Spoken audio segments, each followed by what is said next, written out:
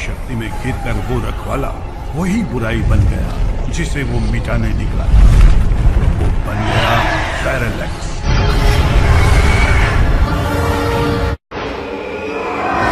तुम्हारा भी वही यश होगा। तुम्हारी दुनिया को निकलने के बाद मेरी शक्ति और बढ़ जाएगी, जिससे मैं सीमा और रखवालों को बर्बाद कर दूंगा।